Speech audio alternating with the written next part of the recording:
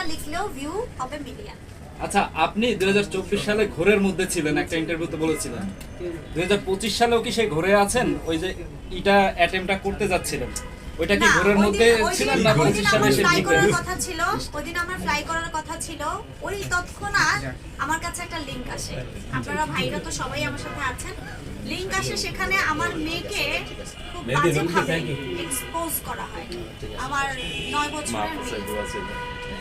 তো ওই জিনিসটা মা হিসেবে আমি নিতে পারি নাই, এবং সর্বোপরি দেখা গেছে কি যে আমি সবসময় সব মেয়েদের আইডল হয়ে বেঁচেছি, আমি আইকন হয়ে বেঁচেছি। আমাকে প্রত্যেকটা নারী উদ্যোক্তা থেকে শুরু করে সবাই আমাকে ভালোবাসার জায়গা থেকে খুব ভালোবাসে। সেই আমাকে একটা চক্র মিলে সবার কাছে এইভাবে প্রেজেন্ট করছে। একটা মানুষের আসলে দিন শেষে টাকাটাই অর্জন না, তার সম্মানটা অনেক কিছু। সেই সম্মানের কিছুই কিন্তু আমার রাখে নাই। যখন আমি দেখলাম জিনিসগুলো বাড়তেছে, আমার কাছে মনে হয়েছে যে আমার আসলে পৃথিবীতে বেঁচে থাকার অধিকার নাই, কারণ আমার সম্মানটা আর নাই। ওয়াইফ বসবাস করে, হ্যাঁ। তো ওইখানে ওই একটা শুরু ঢুকতেই যে প্রথম রুমটা আমাকে বলে তুই এখানে কিছুদিন স্টে করতে পারিস। তো আমি বলি যে দেখ, আমি তো রাতে ঘুমাইতে পারি না একা। তখন ওর বোন ভাগ্নি সহ ওই রুমে থাকি 5 থেকে 6 দিন, এবং সেটার জন্য 10,000 টাকা আমি ভাড়া হিসেবেও তাকে দেই।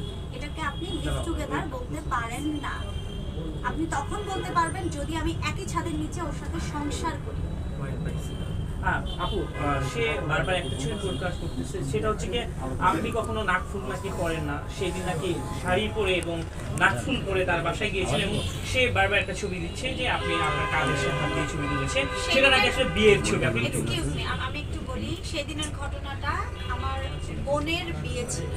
আমি বলেছি আমার বোনের বিয়েতে ও ওর ভাগ্নি সহ গিয়েছে, সেই ছবিও প্রকাশ করেছে। দেখবেন সাদা রঙের পাঞ্জাবি পরা, আমার বাবা আমার মায়ের পাশে, হ্যাঁ। এবং আমার ওই একই পাঞ্জাবি, খেয়াল করে দেখবেন, ওটা ছিল আমার বোনের বিয়েতে যাওয়ার সময়, ঠিক আছে। এবং খেয়াল করে দেখবেন ছবিটা যে তুলেছে, মানুষকে কিভাবে বিয়ে করবেন, হাউ ক্যান পসিবল।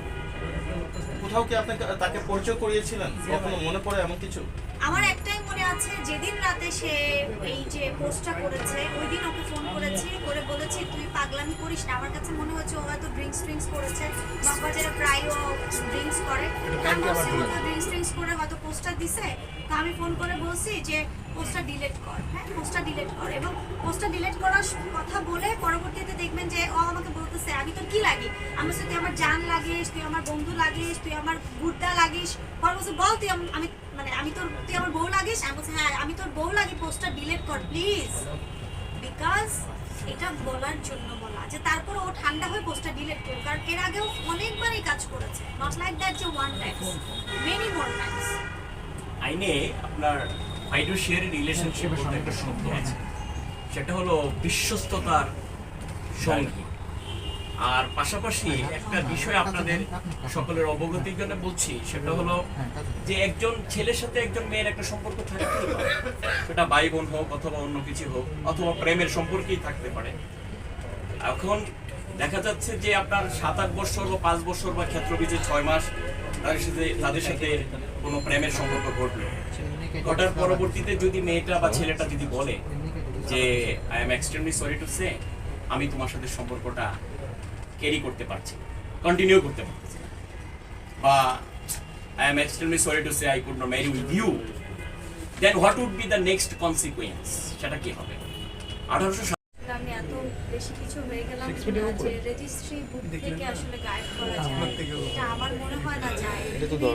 এবং বাংলাদেশের যে কোনো পাওয়ারফুল ব্যক্তি হোক না কেন, কখনোই নিকানামা গায়েব করার ক্ষমতা কারো নাই, কারণ এটা একটা রেজিস্ট্রি বুক।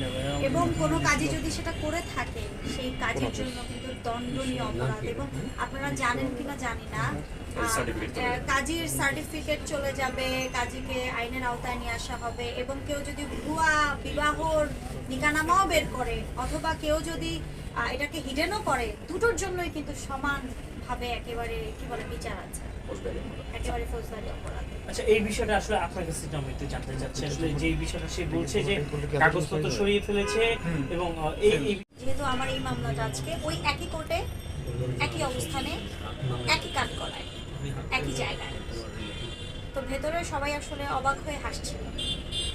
সে যে মামলাটা করেছে আমি নাকি তাকে 307 ধারার একটা মামলা, যেটা আচ্ছা, এই মামলাটা হলো 307 ধারার একটা মামলা করেছে, যেটা ওসি আপনার চৌজবাকে তদন্ত করার জন্য মাননীয় আদালত আদেশ প্রদান করেছেন। আসলে সে কি কারণে মামলা করেছে এটা জবাবদিহিতার বিষয়টা তার, এবং যেহেতু বিষয়টা তদন্তাধীন, অতএব তদন্তাধীন বিষয়কে কেন্দ্র করে এখন আমাদের আসলে এইটুকু কথা না বলাটাই মনে হয় বুদ্ধিমানের কাজ। না ভাইয়া, আপনি একটু 307 ধারার মামলাটা আসলে কি মামলা? এখন 307 ধারা মামলাটা কি কারণে করেছে? না মামলাটা কি? আমাকে গলা চাইপা ধরছে অথবা শ্বাসরুদ্ধ করে ধরছে, মেরে ফেলার জন্য উদ্যত হয়েছে, এই সমস্ত বিষয়টা আর কি। বিষয়গুলো এখন এটা তদন্তাধীন বিষয়, তো এই বিষয় নিয়ে আসলে কথা না বলাটাই ভালো। আচ্ছা, আমি একটু জানতে চাই। আপনারা কি বুঝতে পেরেছেন উনি যে ধারায় মামলাটা করেছে সেই ধারাটা কি হতে পারে? এটা আপনারাই বুঝেন। আপনি কি বাস্তবে কি এই ধরনের ঘটনা ঘটিয়েছেন তার সাথে?